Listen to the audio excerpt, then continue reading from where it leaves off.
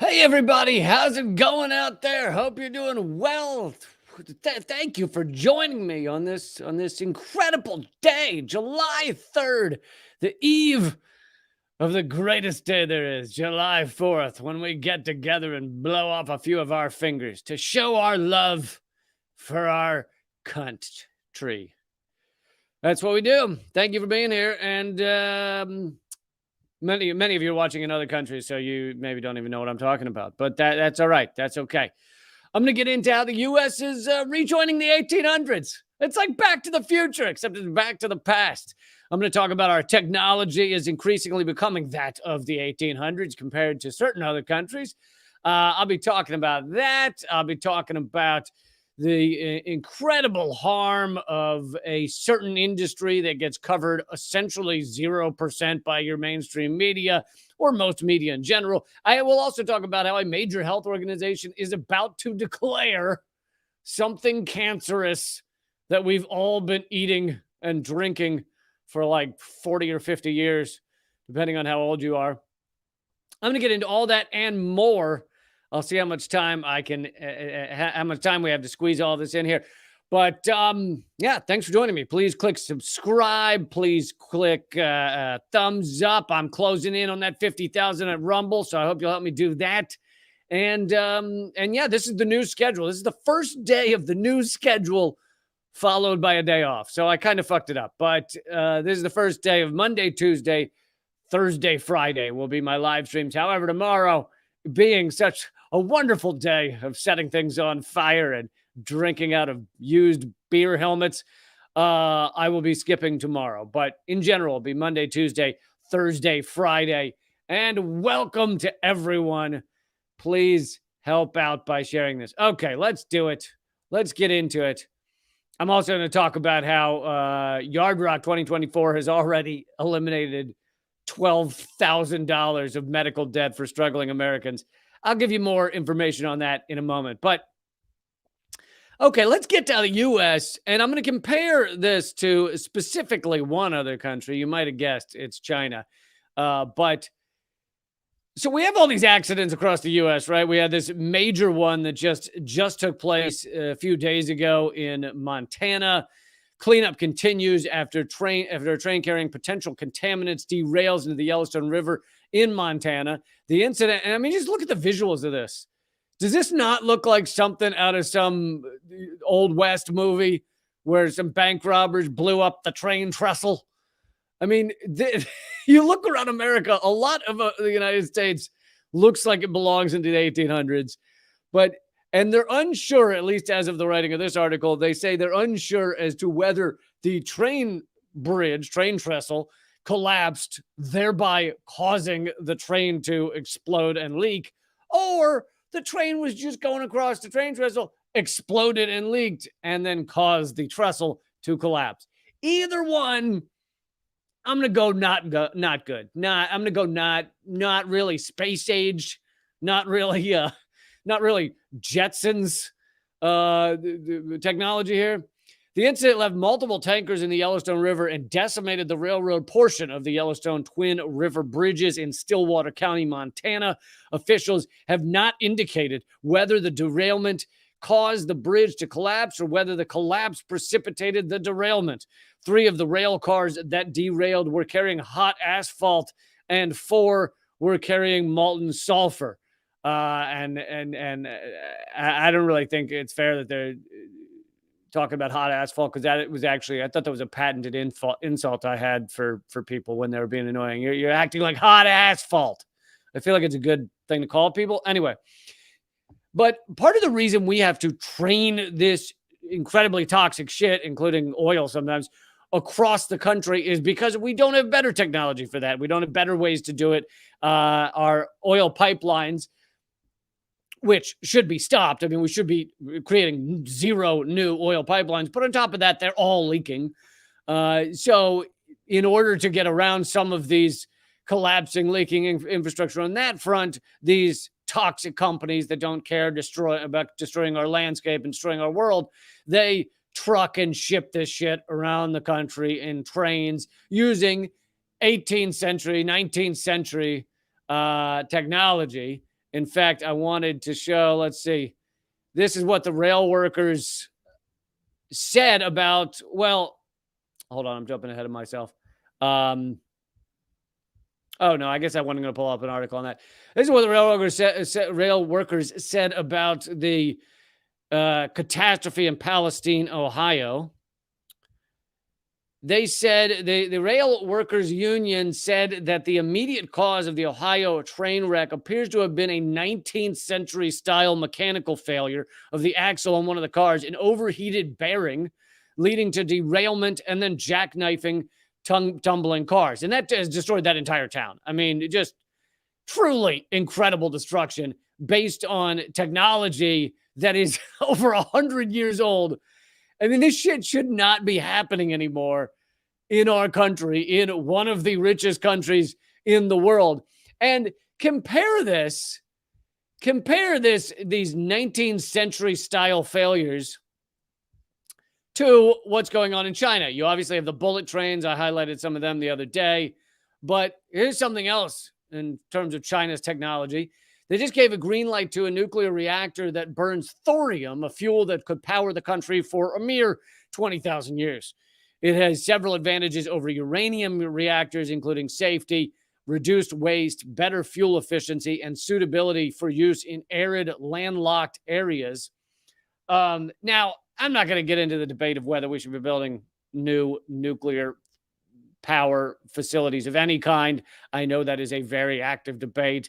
Oliver Stone is putting out a movie right now about how wonderful nuclear energy is. Obviously, you all have heard many of the complaints of nuclear energy and the fact that it can make areas of the world toxic for roughly 10,000 years, which is bad. But however, this thorium reactor sounds like it's better in many ways, including safety and far less waste, and the fact that it doesn't have to be on a waterway, which is one of the biggest things, right? That's what made Fukushima so horrific, is that it's irradiating the Pacific. It's what made 3 Mile Island, part of what made 3 Mile Island so scary, is that it would dump all that radiation into water, which then carries it off to kill and cause cancer in so many other people. China's nuclear safety watchdog has issued an operational permit for the nation's thorium reactor, Advanced Nuclear Technologies. The reactor, a 2-megawatt liquid-fueled thorium molten salt reactor. That sounds like a Mad Lib. That sounds like science nerds playing Mad Libs. Is located in the Gobi Desert, city of Wuwei in Gansu province. Thorium MSRs are a type of advanced nuclear technology that use liquid fuels, typically molten salts. Yeah, hot asphalt. Had to throw that in there. As both a fuel and a coolant, they offer several potential advantages over traditional uranium reactors, including increased safety, reduced waste, and improved fuel efficiency. Thorium is also a more abundant resource compared with uranium, and China has significant thorium reserves. And I think there's a big reason. I've also talked about nuclear fusion as a possibility for the future, but there's a big reason the U.S., yeah, we might have some study of some of these things. We did for a while take part in the joint venture of discovering how to use nuclear fusion, that it has zero radioactive waste. But in general, the U.S. doesn't want to get to that point where we replace all of energy with a energy source that does not destroy our planet, that does not cause the mass heating of our planet, that does not cause the mass destruction of the one and only pale blue dot we will ever have. There's a reason, and that is, and you guys know what I'm going to say, the petrodollar. If we create the fucking energy that replaces all of fossil fuels, all of coal, all of petroleum, not only does big oil go out of business, but the U.S. goes out of business. So now this isn't going for all technology. Obviously, I was talking about U.S. fading in multiple regards, but this is specifically talking about us, the United States, not wanting to push forward on anything that gets outside of fossil fuels. Yes, there's been some, subsidies for green energy in some regard, but if you compare those subsidies to the subsidies that are daily given to big oil around the world, mainly in the US, I mean, we're one of the biggest, it's nothing. It's nothing. So while I know the right-wing media and Fox News or whatever will love to say there's subsidies for windmills, that we gave $1 billion for a windmill, and it's like, dude, the amount that big oil is subsidized throughout the world is trillions of dollars. Anyway, that was a side note. But so China, because and here's the deeper reason, because I like to get into the multiple layers of reality. If you were to see this on a mainstream media, well, they wouldn't cover this to begin with, but if you were to see something similar on a mainstream media show, they might say, hey, we're lacking in technology. China's doing better in technology. It sucks. And that'd be the end of their analysis. Well, to get a little deeper beyond just the petrodollar, this is because of the aspects of our society that are 100% capitalism, right? We every decision is just, will this provide immense profit very soon, like in the next year? That is the end of the decision-making process in general for America, for the United States. Whereas China, even though there's a lot of capitalism there, China has decisions like, hey, 10 years from now, will this immensely help our country? That is how they, and again, it's not like everything about China is perfect, but that is how they took 850 million people out of poverty, out of extreme poverty.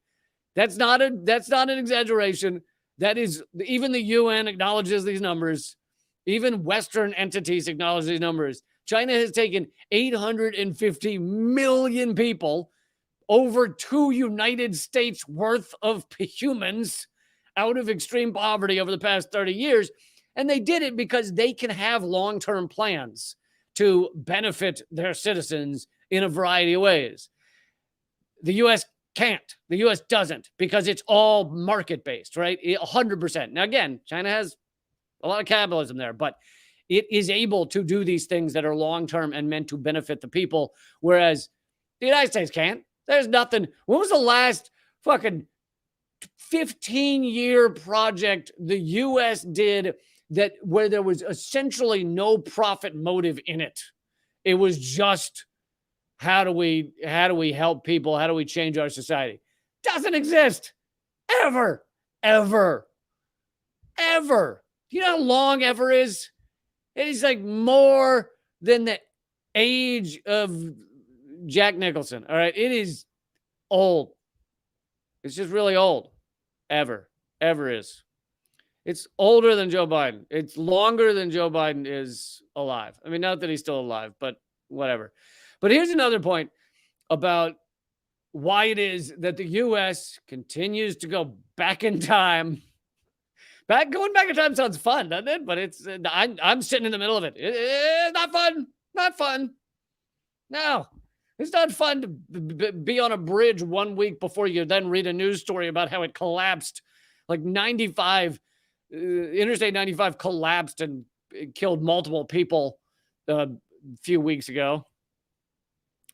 But this is a great point. Another point as to why the U.S. is so behind on technology. Percentage of college students who study engineering now.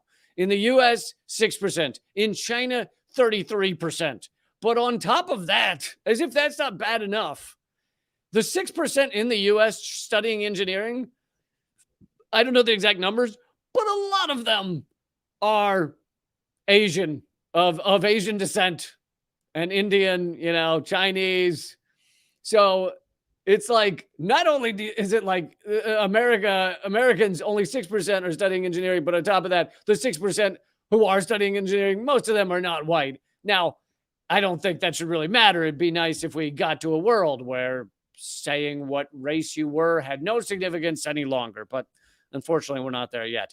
But then this tweet continues, because bullshitting is all you need to make money in an economy dominated by services. And I don't have the numbers right here, but speaking of bullshitting, the number of people, of students studying quote unquote business now in college and in university, it has over doubled. And the number studying humanities, studying arts, studying, even media and things like that. Now, granted, they're probably studying how to be a propagandist, but anyway, studying those things, studying humanities, studying astronomy, all of those type of things, sciences and stuff, it has dwindled, and arts and sciences, and now the business is like is double the amount studying arts and sciences. So you have all of these people who have majored in business, and they go, and most of them get very wealthy, while those who actually care to like make the world a better place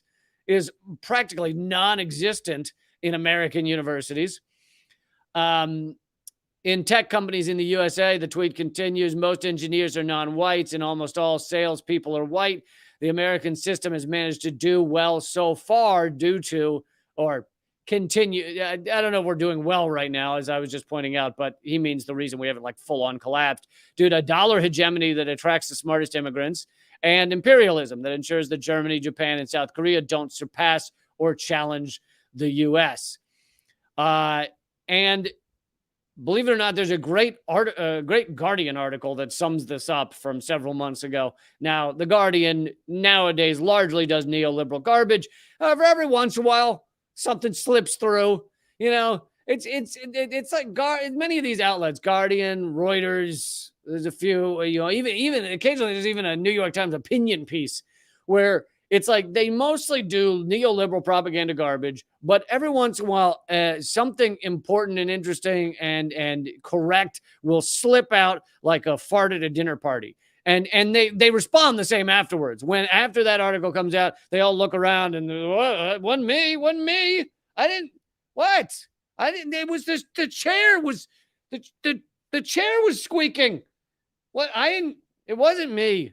That's how they respond when they put out something good and important. But so this is from several months. This is from like 8 months ago. It's probably the last time the Guardian did something like this. What would you call a country, quoting from the article now, what would you call a country where nearly 1 in 10 adults has medical debts, more on that in a moment, and a broken bone can boot you into bankruptcy? A country where a city of more than 160,000 residents recently had no safe drinking water for weeks. A country where life expectancy has dropped for the second year in a row, and people sell their blood plasma in order to make ends meet. And the same country she's talking about is responsible for over 90% of all sold blood plasma. A country where the maternal mortality rate of Black women in the capital of that country is nearly twice as high as for women in Syria. You call it one of the richest countries in the world, this article says. The U.S. is the second wealthiest country in the world, second to China now. It's the largest economy in the world when you look at GDP, and it's home to some of the richest people in the world. By all of those measures of progress, the U.S. is doing great. But by other measures, however, things are not quite so rosy. The UN recently demoted the U.S. to 41st, down from 32nd in a global ranking based on its sustainable development goals. That ranks the U.S. down with Cuba and just above Bulgaria. Bulgaria is often considered a developing country, not yet developed, is how many rank it. The U.S., therefore, the article continues, is becoming a developing country. We are going back in time, okay? And it's less fun than in the movies.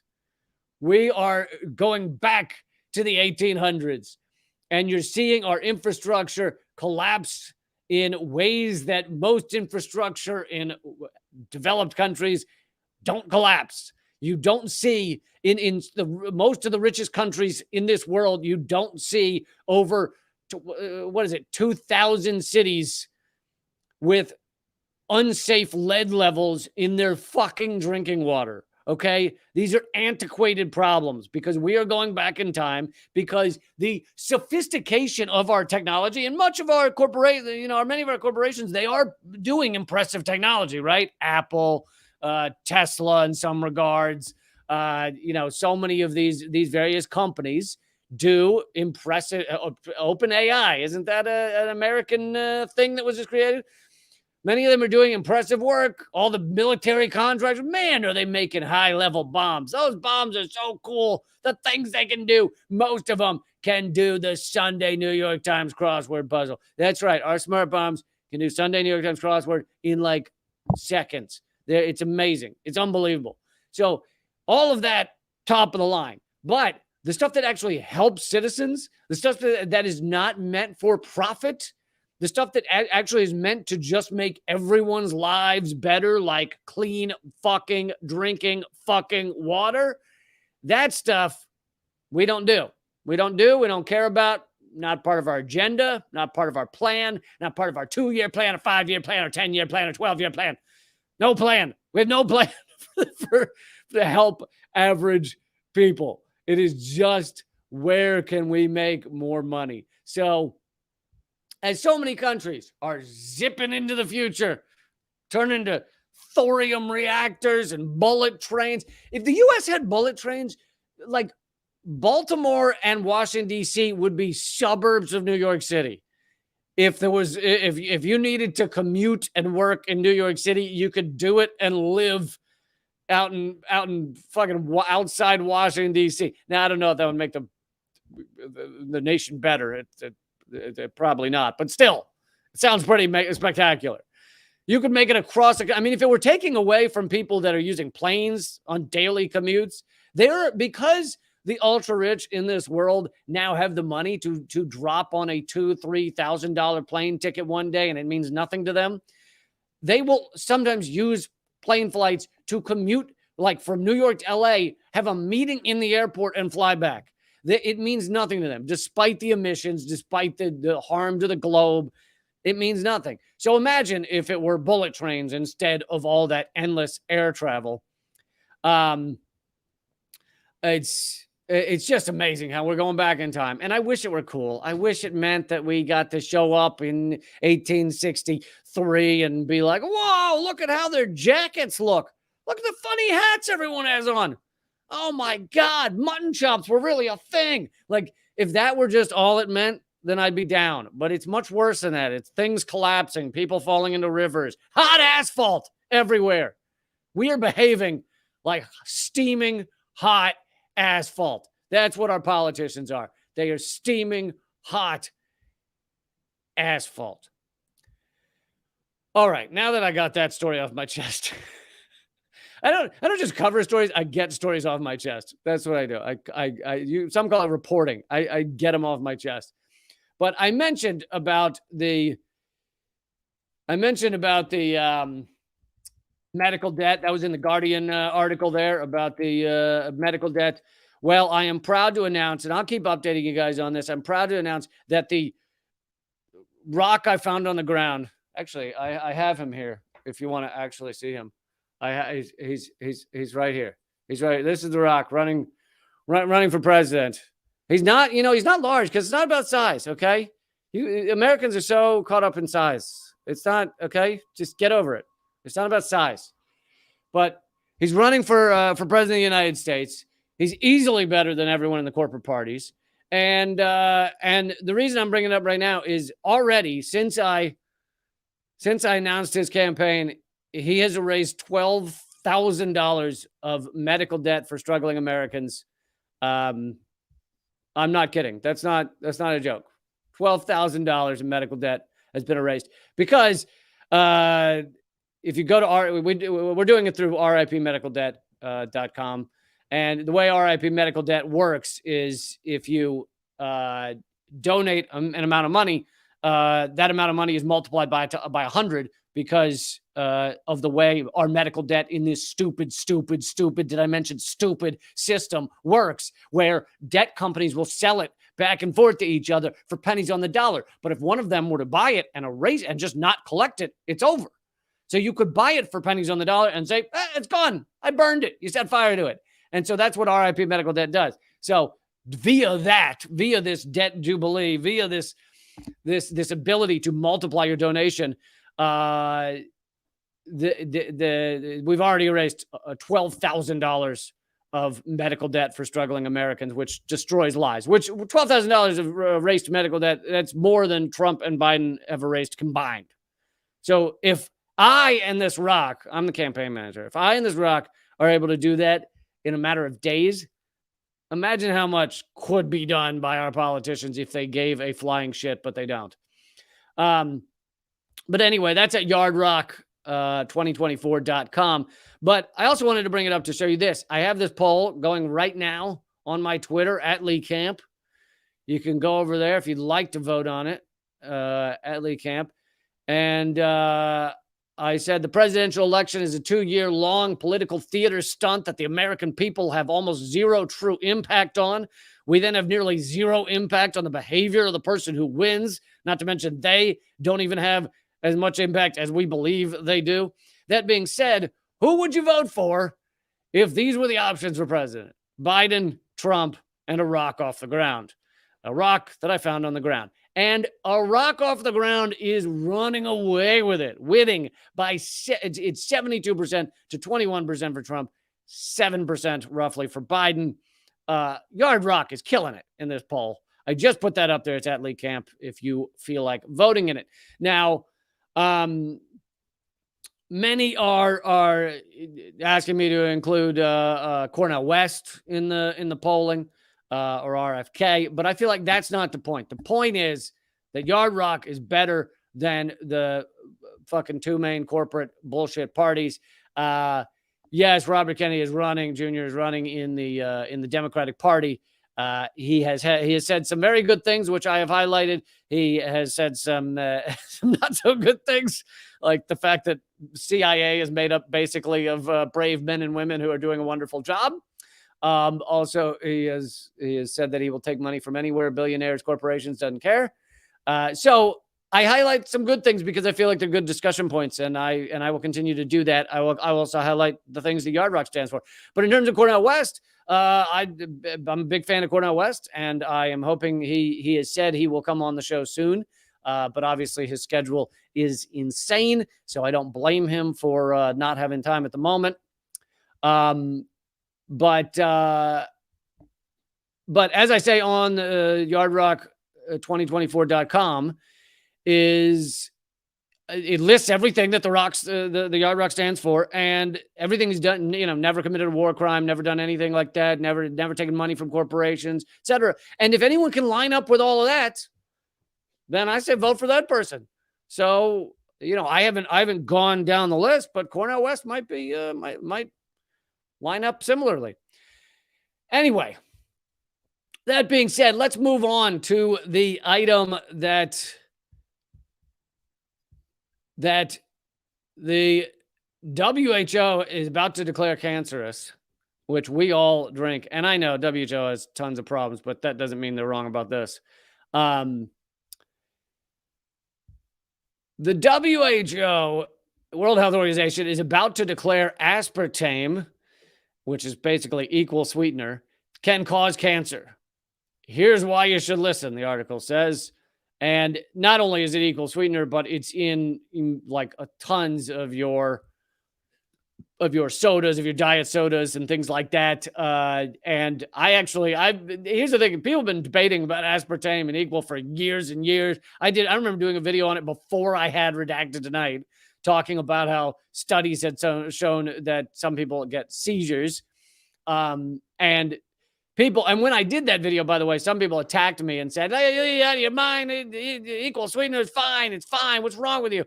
And here we are years later. People have been eating and drinking this stuff for decades. And now you have major health organizations declaring it cancerous.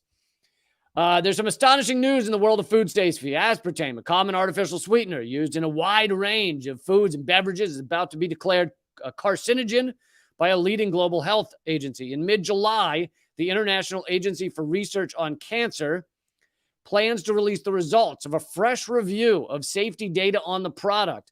According to Reuters, the agency will declare that aspartame is possibly carcinogenic to humans. It can be hard for attentive consumers to know who to trust and to weigh in on safety. That's because since aspartame's earliest days, the product's manufacturers and the industry that now reaps enormous profits from its sale have sought to influence its approval for consumer use. When American pharmaceutical company G.D. Searle first tried to get aspartame approved in 1973, the FDA, the Food and Drug Administration, they were trying to get it approved, and the FDA denied it. Independent scientists alleged the product could cause a range of neurological disorders, and some alleged the company hadn't been entirely above board in its safety testing. What? A corporation that's lying about the safety of its product. What's this world? What's this world coming to? In January 1981, Ronald Reagan became the U.S. president. His transition team included then CEO of GD Searle, Donald Rumsfeld. Oh, Rummy. Oh, Rummy's done so much. Rummy's done so much good in this world, such as pushing neurologic disorder-causing chemicals on us.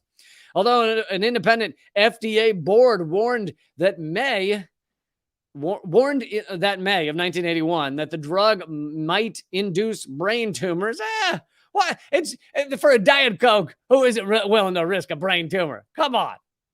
So tasty. I love drinking up a few brain tumors. The agency's newly installed director overruled them, and the FDA approved the product. In the 1990s, scientists began to raise concern. So this article continues to go through how there's been a fight over this. Thank you, Reverend Edmund Balella, as well. There's been a fight over this for decades. Decades they've been denying this and fighting against it. Back to Donald Rumsfeld under Ronald Reagan. I mean, Jesus Christ. And how fucking evil was Donald Rumsfeld that this wouldn't even make his resume? It's what, like, if you read Donald Rumsfeld's resume, the fact that he had, I mean, who hasn't at some point had a sip of a Diet Coke or some Equal or something, or some diet candy or something? So the fact that Rumsfeld successfully got a carcinogen, a brain tumor causing chemical into the bodies of nearly every American, and including billions worldwide, that wouldn't even be on his resume. Like, he wouldn't even, really, you'd go down the resume, it'd be like, I didn't have room under helped perpetrate Vietnam. I didn't, the fucking decimation that was the war on Vietnam. I didn't room on I wanted to keep it to, 17 pages of death and destruction. I didn't room for the aspartame. Hot aspartame is what that guy was. But this also fits with a pattern, right? Of these corporations putting forward something horrific that they've barely tested, and acting like it's safe, acting like it's fine. You have captured U.S. agencies agreeing to this, and agreeing that it's fine. People, another big one would be Roundup herbicide, right? Which had tests showing it caused cancer for years. And they did every trick in the book. They bought off various review boards. They bought off scientific studies. They paid scientists to go out and say it's not true. Or faux scientists. They went after any journalist who was covering Roundup herbicide. And even to this day, Bayer Chemical, which, by the way, got its start under the Nazis, was actually run by Nazis, and the company that owned Bayer helped create Auschwitz. And so Bayer has bought Monsanto, right? So you don't hear the word Monsanto anymore because it's owned by Bayer. But most of what Monsanto does continues under Bayer. Only this year, or maybe it's next year, Bayer said they're going to stop the residential sale of Roundup herbicide that is a known carcinogen. So they're going to stop selling it to like your average consumer, but they're going to let big farmers, industrial farmers, continue to use this carcinogen all over the world. Anyway, just it's like even when it comes out that this stuff is incredibly horrible, these companies are just like, yeah, but maybe not. Let's just keep doing it. All right, moving on to the next story. This is This is so I'm bringing this to you because this is beautiful propaganda. When I see the propaganda just really just like oozing and pus covered, I really like to to show you how amazing it is. This is from USA Today, and if I were to tell you what the real issues are in the United States, what's really harming people, the people that are really struggling, the things that are really bad. If I were to give you that list of like 100, and you think about the fact that there's a million people homeless in the country. There's so many that if they're not homeless, they're rent insecure. They could be evicted at any moment.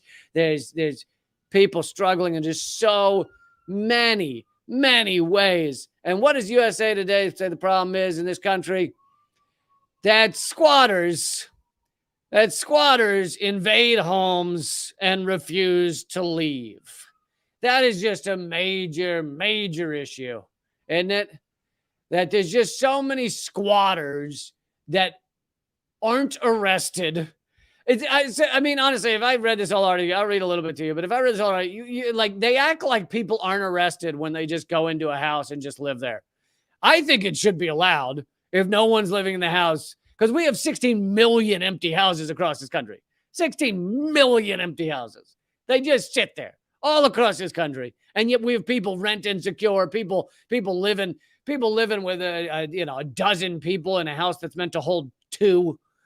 We have that all over the place, and there's 16 million empty homes. And this article is saying the real issue is that there are just so many squatters that and there's no way to kick them out. We just can't get them out. They just squat all the time. Now, in other countries, it is legal to squat in a facility that's not being used. And there is actual debate about, well, it's not, it wasn't being used. It wasn't being used for a year, which then entitles other people to live there.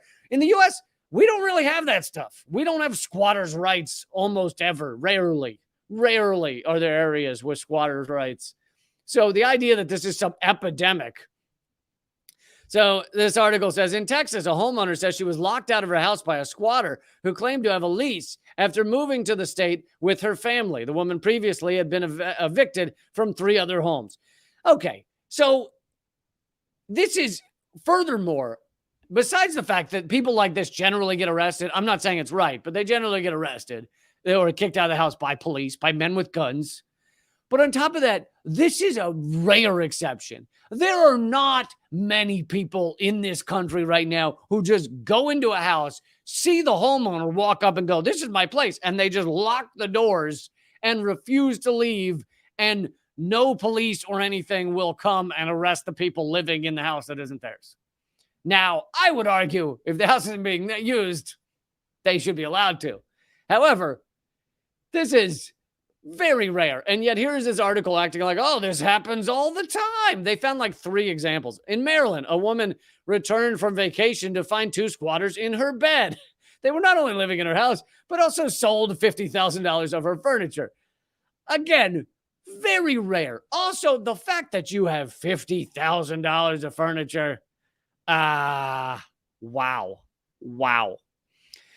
It's a pattern. And then USA Today continues. It's a pattern that is playing out in many cities across the United States. No, it's not. It's really not. It's also common in Europe, where squatting has become a political movement with support from the left. Okay, now, in Europe, there are some countries and some areas where there are squatters' rights. It is illegal if a facility, a building is not being used, and you go in there and you say, I will use this building, and you use it for life, and people are living there, and then there is a court battle because it was not being used, people now using it. And if you think about it, there's a lot of logic to that. To the idea that an empty building could be used by humans that need a place to goddamn live. Like, there's a lot of logic to that. So you can have that debate, but USA Today is acting like, that's just all over America. No, there are places where people fight eviction, and I also support that, fighting eviction. But the number of people that can just go into a home, squat there, and have someone show up, say, I own this property, and no police would kick them out. Very rare in the United States. Now, again, I'd argue if that person saying this is my property owns 15 houses and doesn't live in the one that they're living in, they probably should get to stay there. Then they go to the example of, and I kind of love this guy. They go to the example of Gromrit Hanspel, who lives in Long Island. He's 52 years old. He hasn't paid his mortgage in 25 years. I really love this guy. The mortgage was foreclosed because he didn't, for lack of payment, but the company now owns the home has struggled for decades to evict Hanspel, who continues to change lawyers and file lawsuits to delay proceedings. Now that's amazing. He's fighting the banks and he's winning. He's winning. Good for him. We need more people winning against the banks. Also, this is how desperate this article is to act like this is happening a lot in the United States. They call it a fairly big problem. They then show a photo of these seemingly squatters making a point with cardboard boxes on their heads. And so you think, okay, these are American professional squatters who are trying to squat with cardboard on their heads, and they're stealing homes. And if you're an average reader who doesn't know to look at these things, because this whole article is about the United States, except for that one sentence saying it's also a problem in Europe. So this is all about it being in the United States, Texas, Long Island, everywhere.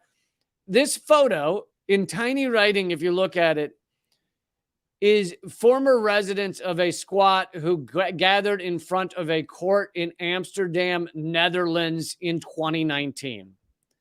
So they found a photo of protesters in the Netherlands at a courthouse who had boxes on their head to make a point that they shouldn't have to live in boxes. And yet this article is including a 4-year-old photo from the Netherlands to act like this is what's happening in the United States. Oh, God. Propaganda is the best, isn't it? Thank you, USA Today. And by the way, in case you're wondering, USA Today, I believe, is the most read newspaper in America because they give it away for free in every hotel and everywhere. And so, and it's unlike most city newspapers, it's throughout the United States. So I believe it probably is the most read newspaper in the United States. And I used to, when I was traveling more, I used to pick them up to just look at the propaganda and the bullshit.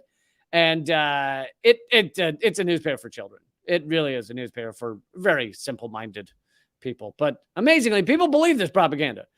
The number of Americans who probably read this and go, oh my God, they're coming for our houses. They're coming.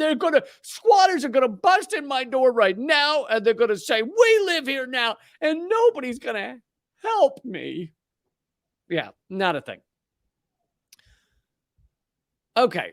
Let's keep moving. But the rest of this live stream is going to be at rumble.com/leecamp. I'll give you the link. It's free to go there, free to join me over there, free to comment.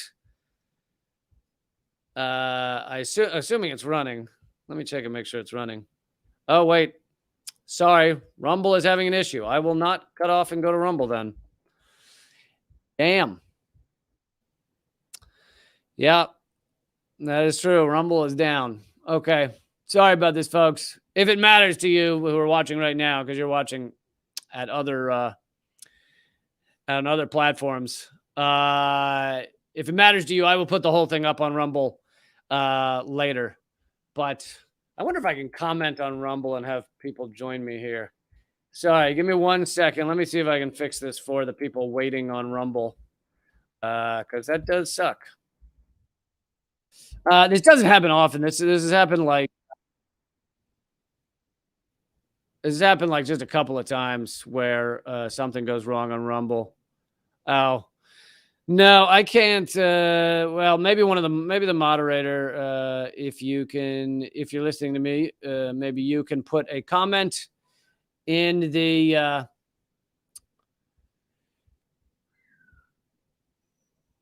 maybe you can put a comment in the chat about how we're not on Rumble.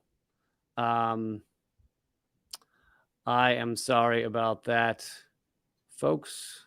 Let's see if I can do anything else.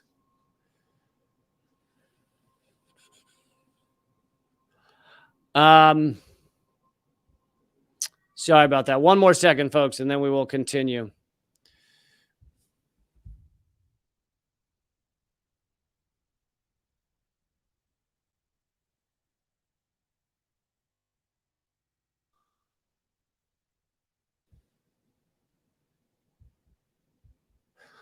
Okay, let's continue. Sorry about that, folks. And if it matters to you, I will be putting the whole thing up at Rumble later.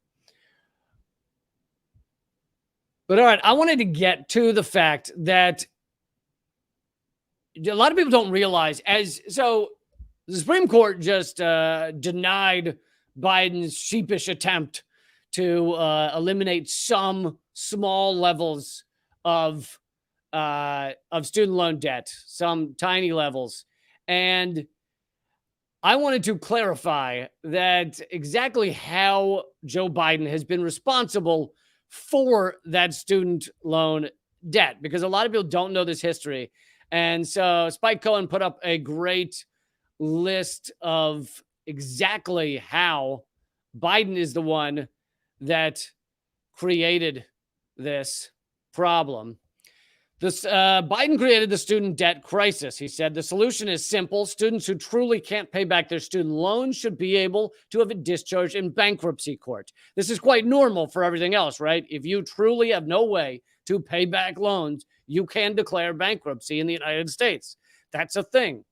That would also force lenders to be less predatory in their lending practices, and it would force universities to make their tuitions more affordable as lenders refused to make risky, overly expensive loans.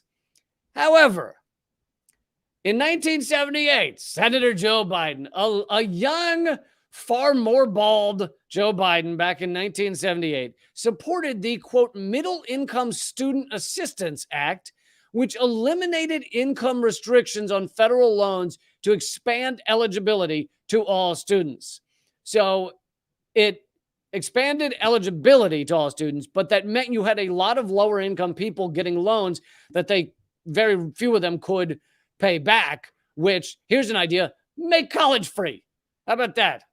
How about that as an answer, rather than, hey, we're going to find more ways to indebt you and lock you into this system of often horrible wage slavery.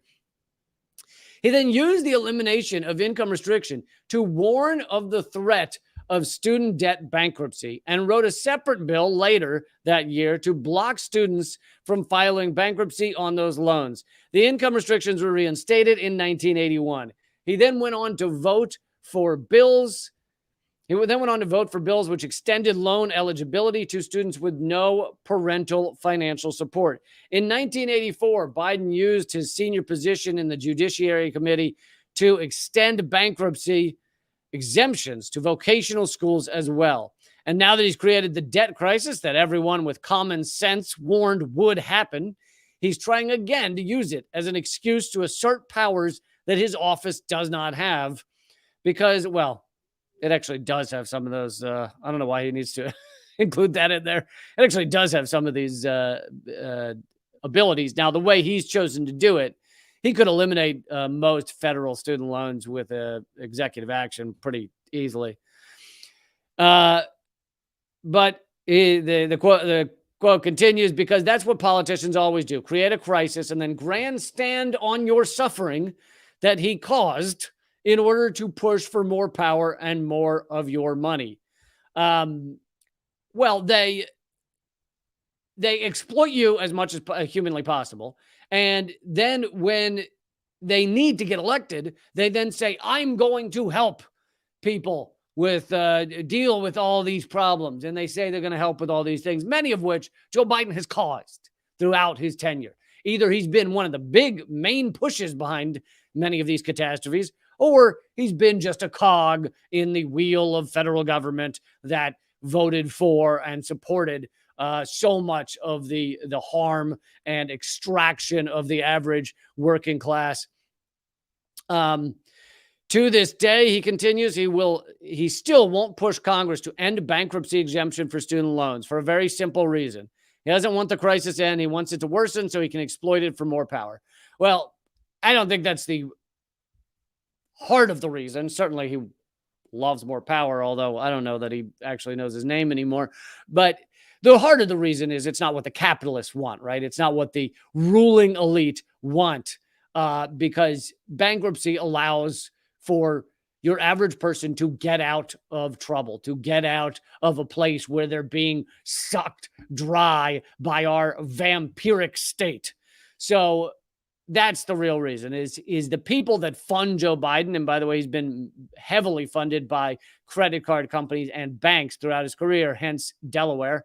Because the people that fund him hate for anyone to declare bankruptcy, hate for anyone to get out from under their thumb, hate for anyone to not be paying day in and day out just to survive, just to get by. So it's those are many of the big reasons. All right, I am very excited about the interview I have now. I've dealt with multiple fuck ups today. Some technical, but at least we now have her with us. So I have been bringing to you, I brought you several videos, probably 3 or 4, excellent videos of activists, interrupting your ruling elite, for lack of a better term. These elite officials in many places. Some of them are Congress people. Some of them are on the boards of big oil companies. And these activists have interrupted them, have not allowed them to continue with business as usual, and have forced them to face the harm of the climate crisis, literally in their face, because most of the time they're in their bubble. They don't see the reality. They don't see the people who want to scream at them, do something. And so that type of action is incredibly important. And Climate Defiance, I think I'm getting that name right, has done amazing work in their short time. And now I'm bringing you one of the founders, Riley Hott. Hello. Hi, thank you so much for having me. Yeah, no problem. Thanks for being here. I'm sorry for all the difficulties. Really appreciate you giving us the time. So what you guys have been doing has just been amazing. And how long have you been active? It's not that old, right? Yeah, we officially launched on March 22nd. So it's only been 3 months and we've done around 20 direct actions so far, I think. Yeah, it's incredible. And you know, I think the most recent one I showed was the Chuck Schumer. I don't know if that was a fundraiser or just a dinner. It was a fundraiser. Yeah, of very it seemed high level fundraiser. I mean, the guy, this said a lot. The guy yelling into your camera, "How did you guys even get in here?" Because they do not want you there. So talk about how you choose who to interrupt and why you're doing it. Yeah, absolutely. So yeah, as mentioned, Climate Defiance is a new youth-led org focused on using mass direct action and disruptive direct action tactics to confront the climate crisis, specifically folks that are super entrenched in fossil fuel funds. And so as far as who we decide to disrupt, it's really the folks that are most culpable for the climate crisis on a policy level. And we started as focusing on the Biden administration specifically because Biden has the authority to declare a climate emergency, to end new oil and gas leases. That's also something he promised he would do when he ran for office. No new drilling, period, in his words. And yeah, so he is no climate president. And we are trying to make that case very clear because a lot of environmental groups aren't willing to push Biden as far as he needs to be pushed for some reason. So I think we kind of fill that gap pretty well because, like you mentioned, these people need to hear from the folks who are directly impacted. So yeah, the action where we disrupted Mansion was really close to my heart because I'm from West Virginia. I've been fighting against the Mountain Valley Pipeline and amongst other things. Mansion just doesn't give a shit about West Virginians. So that was definitely the one action that really stuck out to me. But there's been around 20 of them so far. So they're a bit jumbled as far as who do we pick, it's like there's a lot of them. Well, yeah, and so there's some with well-known names like Manchin, who he also proves how meaningless the two-party divide is on so many of these topics. It's how does he not count as a Republican? It's all very laughable. I mean, the reason he's not a Republican is because the Democrats are essentially equally bad on all this stuff. They just are full of a lot of nice talk about climate change and about how they'll do something one day, any day now. But some of the people that are interrupted are not as well known, such as the I believe it was the person from Harvard who's on the board of ConocoPhillips. Is that right?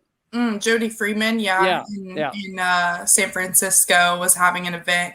I will say, like, I guess on the terms of like, how do we pick? I think a lot of folks have been coming to us and been like, hey, like this event is happening. This person is entrenched. Like, here's how, like, can you help us put together direct action there?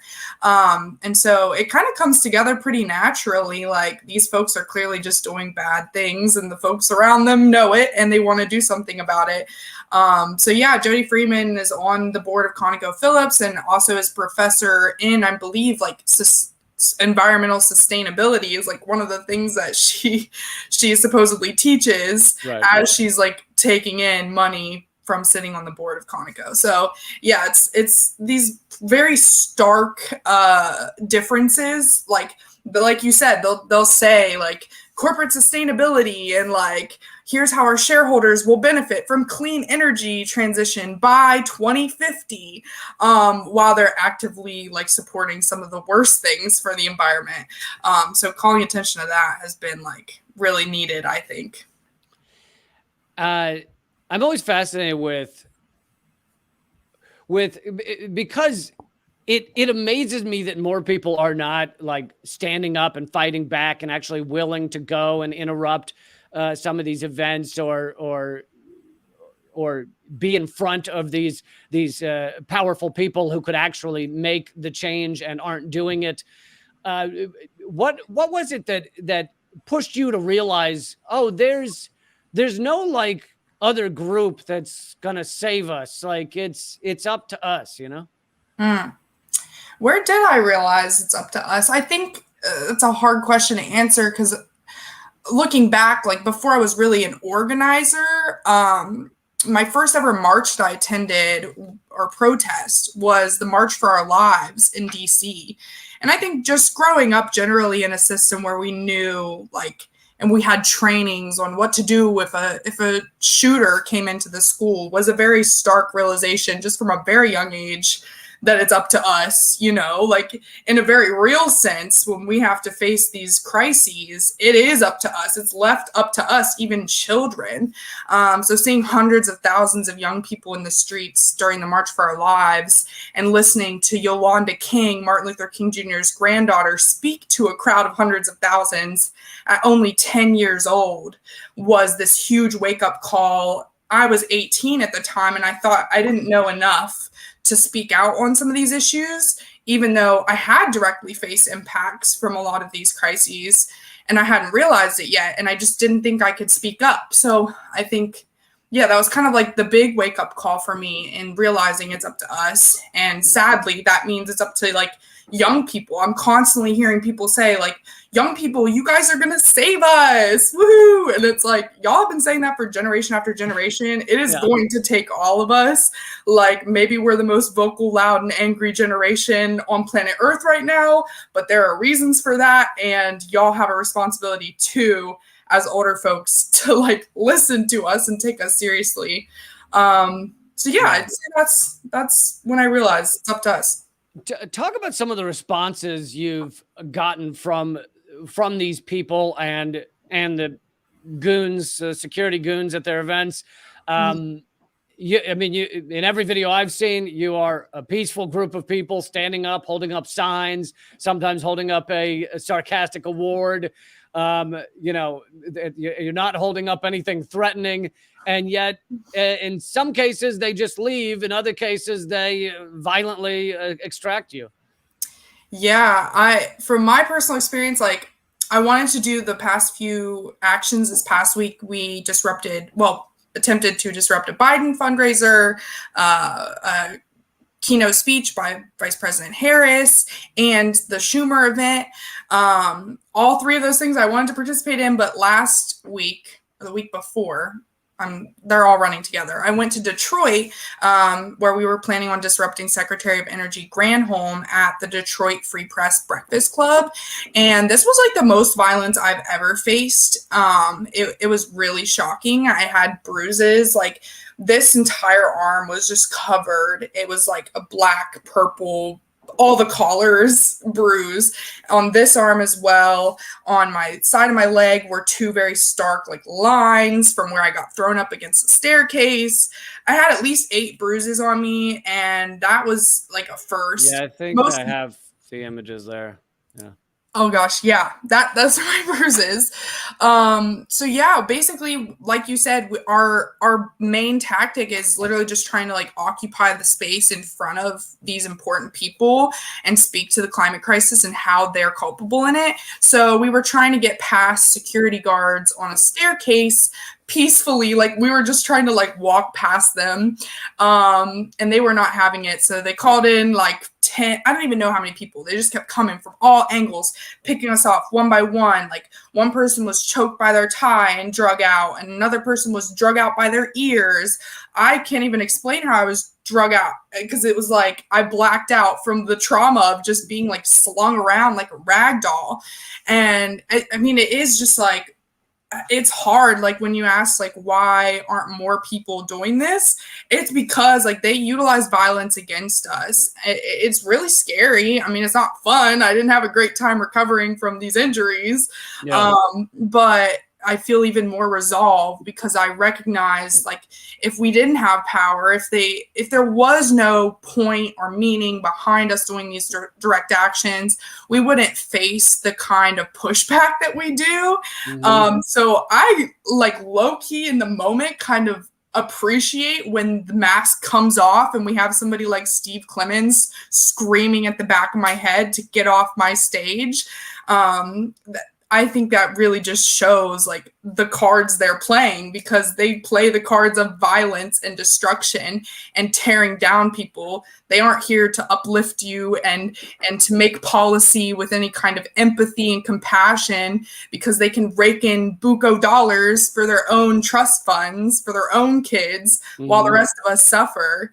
So I can't remember your first question, but that's my rant. Well, no, I appreciate it all. I'm sorry you went through that, but obviously you're right that this is how they respond when this stuff is thrown in their faces, when the reality is thrown in their faces. I mean, we are a dying planet. We are killing the environment around us in a myriad of ways. And here are the people who supposedly could do something, and many of them act like and talk like they're going to do something, and then it's absolutely nothing.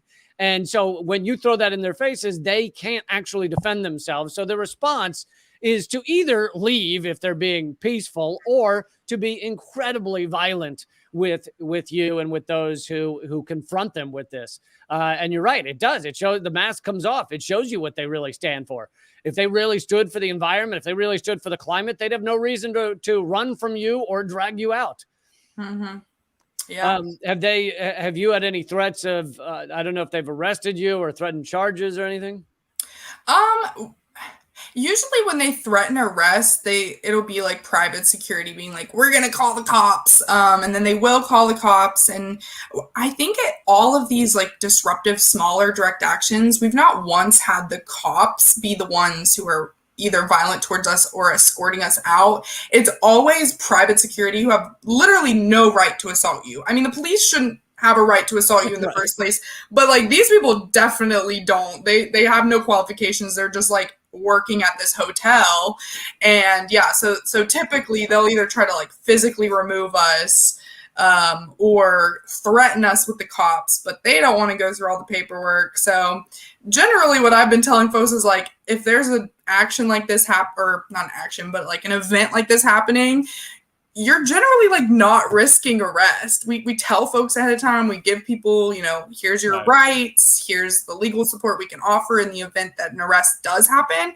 But it hasn't happened a single time at any one of these. They don't want to be seen. It's funny because they don't want to be seen arresting climate protesters, but they also are like literally being seen bruising climate protesters. But yeah. Yeah, and I'd say simply from a strategy standpoint, it makes sense to keep it all very nonviolent and also very clear that it's nonviolent, because then you're right that they look the moment because if someone were to join your organization and try and push it towards even just property destruction, I don't mean attacking anybody, but even just property destruction, then they look fine arresting you and putting people in jail and stuff. But when it's people holding up a sign saying you're killing the planet and they then need to attack you, it actually shows a lot about them. It really shows who they are. What's next for you guys? I mean, obviously you're not going to tell me your next action, or that might give it away, but yeah, are you planning to grow more cities, or is it just day by day? Yeah, I mean, for sure. I think like we're growing our numbers day by day, and as the numbers grow, we learn about new fights in different communities and where they need support. So I can only imagine that the heat's going to turn up, pun intended. Yeah, as things get worse, like I've basically been telling folks that, because some people have asked, like, do you think you're like ahead of the game? And I'm like, no, I think we're really late. But like, as more people are facing these direct impacts, wildfire smoke being on the East Coast, just like seeing it right in front of their doorstep, I think more people are going to join in, and I hope they do. And you can go to climatedefiance.org and sign our Pledge of Resistance if that applies to you and you want to take more direct action to confront these folks. Because petitions are not doing it for us. Like, we've exhausted the list. Thank you for saying petitions are not doing it. And I'm coming at this from the perspective of like, I've been a grassroots organizer. I actually started organizing in 2021 around the For the People Act. And so I helped run the largest canvassing operation in West Virginia history. We knocked over 70,000 doors with Unpack. And then we, got thousands of petition signatures. We got resolutions passed through WVU's SGA, including Marshall's SGA. Like, we did everything you're supposed to do. We hosted rallies. We did every nonviolent tactic in the book, minus disruptive direct action. And then we decided to do a 23-day hunger strike. And even after 23 days of hunger striking, Manchin and Sinema chose the filibuster over our voting rights. Manchin did not meet with us West Virginians, who ran the largest canvassing operation in West Virginia history. So that was a very stark realization for me as well. They continue to delay. As storms surge, they will continue to delay. And we need to be the people like showing them the countdown and being like, the clock is ticking, y'all don't listen to us, and so now we're coming to you. Like, you need to listen to us now. I don't know how that thought originally started, but all that to say, like, I've tried all of the other tactics. Yeah. And it wasn't until we even went on hunger strike that we were told from Chuck Schumer to Mark Kelly to us that the voting rights legislation would not have been put back on the floor in January of 2022 if we had not been out there on the White House lawn and the Senate lawn hunger striking. They said that. They admitted it. So we will be there and continue to use direct action because they've literally told us that's the only card that they listen to. Yeah. And I always ask the question, when was the last time you heard a politician in the U.S. government say, we were going to do A, B, or C, but then I got a petition and just a lot of people had signed it. Just 12,000 people had put their name on it. So I changed everything and we no longer are going to abuse people. It's like, never. I mean, maybe that had an impact 40 years ago. It's just not a thing now. When you show up and you say we have 20,000 signatures, they don't care. They don't care. Like you're saying, they don't care unless you're in their face. Mm-hmm. Not to say it's not important to have those on the ground, like one-on-one conversations. That was the most impactful part for me during canvassing, knowing like, okay, hundreds of people are calling Manchin today and he's not going to listen to them, but I am. And I'm going to take these problems like seriously and remember them and bring them with me in direct action and remember all these people that he's not listening to. Mm-hmm. I think that was the most beneficial part for me. But yeah. Yeah, absolutely. So how can people help out again? It's climatedefiance.com or org. It's climatedefiance.org. And we also have social media. We have Twitter, Instagram, and TikTok, all of the above at Climate Defiance. Well, you're doing amazing, and I'll keep showing your videos, and just keep doing exactly what you're doing, because it is making a difference. It is waking people up, and I'm sure it seems hard when you walk away with bruises all over your body. But this fight has to be taken to the faces of the powerful. So, yeah, absolutely. Thank you so much. Thank you so much, Riley. Thank you. All right, folks, that is the episode today. Please become a member at leecamp.net. That's the only way I support my work. Also, if you want to help out with the campaign, yardrock2024.com. I'm running a stone that I found on the ground for president, and there's a couple of items of merch there. 50% of all proceeds go to eliminate medical debt for struggling Americans. We've already eliminated $12,000 of medical debt because it gets multiplied via RIP medical debt. But thank you so much for being here. I am switching my schedule to Monday, Tuesday, Thursday, Friday at 3 p.m. Eastern, noon Pacific. However, tomorrow I am off to celebrate the birthday of this phenomenal country. It wasn't really our birthday because we were around long before that. But anyway, not meaning we, the United States, meaning people living here and considering this their land. And so it's not really the birth of anything. But besides that, I'm going to have a beer. No, I also, part of the reason I'm taking tomorrow off because I figured most of you wouldn't be watching. So, but I apologize for the Rumble difficulty. We will have this whole thing up at rumble.com/leecamp soon. And yeah, yardrock2024.com. And please become a member at leecamp.net. All right. I will see you soon. Keep fighting.